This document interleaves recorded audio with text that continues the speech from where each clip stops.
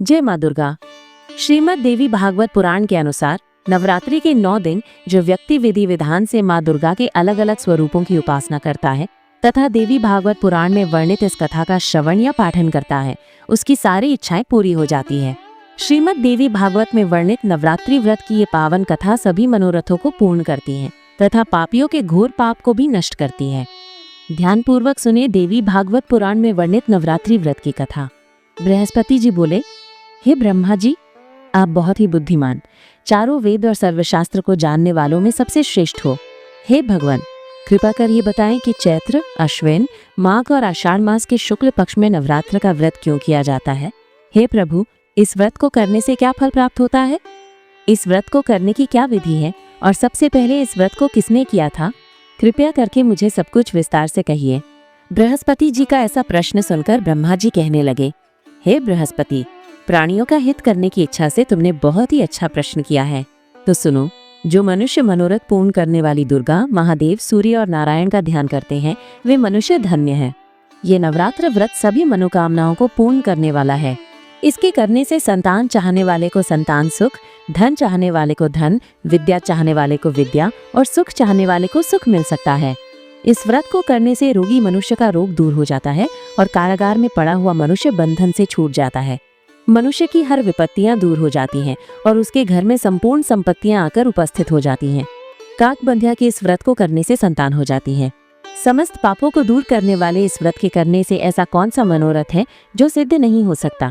ब्रह्मा जी आगे बताते हैं कि यदि व्रत करने वाला मनुष्य सारे दिन का उपवास न कर सके तो एक समय भोजन करे और उस दिन अपने बांधवों सहित नवरात्रि व्रत की कथा श्रवण करे। हे बृहस्पति, जिसने पहले इस महाव्रत को किया है उसका पवित्र इतिहास मैं तुम्हें सुनाता हूँ। ब्रह्मा जी बोले, तुम सावधान होकर सुनो। इस प्रकार ब्रह्मा जी के वचन सुनकर बृहस्पति जी बोले, हे प्रभु, मनुष्यों का कल्याण करने वाले इस व्रत के इतिहास को मेरे लिए कहो। मैं सावधान होकर सुन रहा हूँ। आपकी शरण आए हुए मुझ पर कृपा करो। ब्रह्मा जी बोले, पीठत नाम के नगर में एक अनाथ नाम का ब्राह्मण रहता था। वो भगवती दुर्गा का भक्त था। उसके संपूर्ण सद्गुणों से युक्त मानो ब्रह्मा जी की सबसे पहली रचना हो ऐसी सुमति नाम वाली एक अत्यंत सुंदर कन्या पैदा हुई। वह कन्या सुमति अपने बालपन में अपनी सहेलियों के साथ क्रीड़ा करती हुई इस प्रकार बढ़ने लगी जैसे शुक्ल पक्ष में चंद्रमा की कला बढ़ती है। उसका पिता प्रतिदिन माँ दुर्गा की पूजा और होम किया करता था। उस समय वो भी नियम से वहाँ उपस्थित होती थी। एक दिन वो सुमति अपनी सखियों के साथ खेलने लग गई और भगवती के पूजन में उपस्थित नहीं हुई। उसके पिता को पुत्री की ऐसी असावधानी देखकर क्रोध आया और पुत्री से कहने लगा कि हे दुष्ट पुत्री, आज प्रभात से तुमने भगवती का पूजन नहीं किया, इस कारण मैं किसी कुष्ठी और दरिद्र मनुष्य के साथ तेरा विवाह करूंगा। इस प्रकार कुपित पिता के वचन सुनकर सुमति को बड़ा दुख हुआ और पिता से कहने लगी कि हे पिताजी, मैं आपकी कन्या हूँ, मैं आपके सब तरह से अधीन हूँ, जैसी आपकी इच्छा हो मेरा विवाह कर सकते हो। होगा वही जो मेरे भाग्य में लिखा है, मेरा तो इस पर पूर्ण विश्वास है। व्यक्ति न जाने कितने मनोरथों को लेकर चिंतन करता है, पर होता वही है जो भाग्य में विधाता ने लिखा है। जो जैसा करता है उसको फल भी उस कर्म के अनुसार ही मिलता है, क्योंकि कर्म करना मनुष्य के अधीन है। अपनी कन्या के ऐसे निर्भयता से कहे हुए वचन सुनकर उस ब्राह्मण को बहुत ही ज्यादा क्रोध आया। तब उसने अपनी कन्या का एक कुष्ठ के साथ विवाह कर दिया और अत्यंत क्रुद्ध होकर पुत्री से कहने लगा कि जाओ, जल्दी जाओ, अपने कर्म का फल भोगो। देखिए, केवल भाग्य भरोसे पर रहकर तू क्या करती है।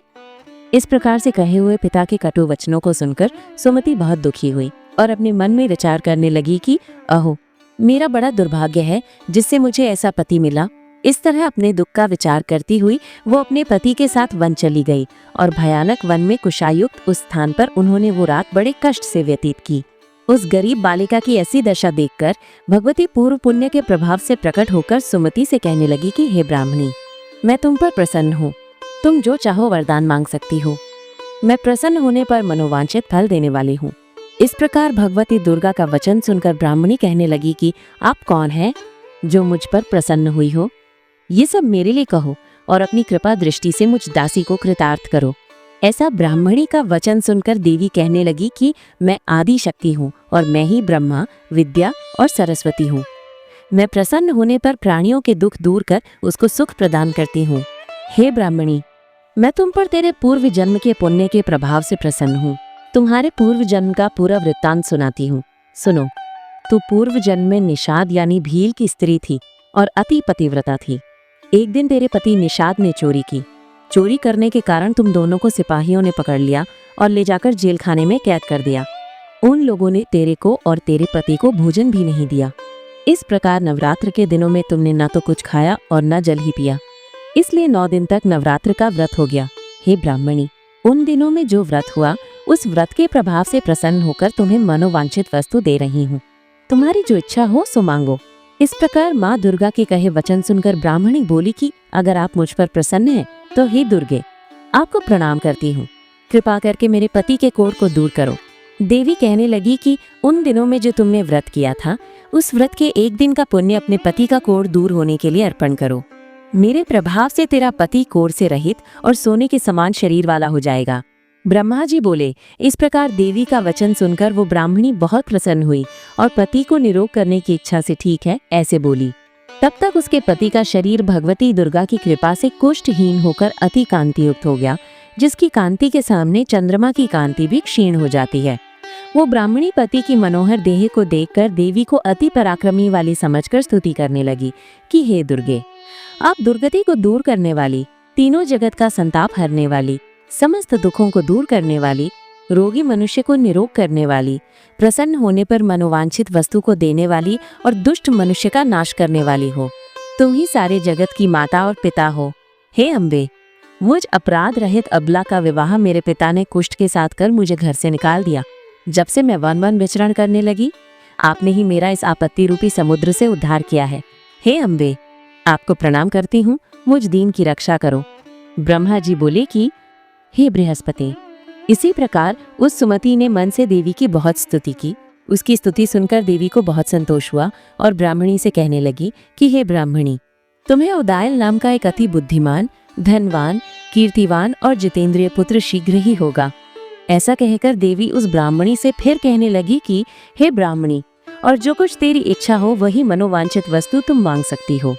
ऐसा भगवती दुर्गा का वचन सुनकर सुमति बोली कि हे भगवती दुर्गे, अगर आप मेरे पर प्रसन्न हैं तो कृपा कर मुझे नवरात्रि व्रत की विधि बताइए। हे दयावती, जिस विधि से नवरात्र व्रत करने से आप प्रसन्न होती हैं उस विधि और उसके फल को मेरे लिए विस्तार से वर्णन करें। ब्राह्मणी के वचन सुनकर माँ दुर्गा ने मुस्कुराते हुए कहा, हे ब्राह्मणी, मैं तुम्हें वो नवरात्र व्रत विधि बताती हूँ जो समस्त पापों का नाश कर मोक्ष प्रदान करने वाली है। इस व्रत का महात्म्य इतना महान है कि इसे करने मात्र से जीवन के समस्त कष्ट दूर हो जाते हैं। माँ ने आगे बताया, आश्विन मास के शुक्ल पक्ष की प्रतिपदा से 9 दिनों तक पूरे विधि विधान से व्रत करना चाहिए। यदि कोई पूरे दिन का व्रत न कर पाए तो एक समय भोजन कर सकता है। विधि पूर्वक किसी विद्वान ब्राह्मण से परामर्श लेकर घट स्थापना करें, वाटिका बनाएं और उसे प्रतिदिन जल दें। फिर महाकाली, महालक्ष्मी और महासरस्वती की प्रतिमाएं स्थापित कर नित्य पूजा अर्चना करें और पुष्पों से अर्घ्य अर्पित करें। उन्होंने अर्घ्य का महत्व समझाते हुए कहा, बिजौरा के फूल से रूप, जायफल से कीर्ति, दाख से कार्य सिद्धि, आंवले से सुख और केले से आभूषणों की प्राप्ति होती है। इसी प्रकार हवन में खांड, घी, गेहूं, शहद, जौ, तिल, नारियल और अन्य सामग्री अर्पित करनी चाहिए। गेहूं से लक्ष्मी, खीर और चंपा से धन, आंवले से यश, केले से पुत्र और कमल से राज सम्मान मिलता है। माँ दुर्गा ने समझाया, व्रती को आचार्य को विनम्रता से प्रणाम कर दक्षिणा देनी चाहिए। इस व्रत को जो भी श्रद्धा से करता है उसके सभी मनोरथ पूरे होते हैं। इसमें तनिक भी संदेह नहीं है कि 9 दिनों में किया गया दान और पुण्य करोड़ों गुना फल देता है। यह व्रत करने से अश्वमेघ यज्ञ का फल प्राप्त होता है। इतना कहकर देवी अंतर्ध्यान हो गईं। ब्रह्मा जी ने बृहस्पति जी से कहा, जो भी स्त्री या पुरुष इस व्रत को करता है उसे इस लोक में सुख और अंततः मोक्ष प्राप्त होता है। हे बृहस्पति, तुमने लोकहित के लिए इस व्रत के विषय में प्रश्न किया, इसलिए तुम धन्य हो।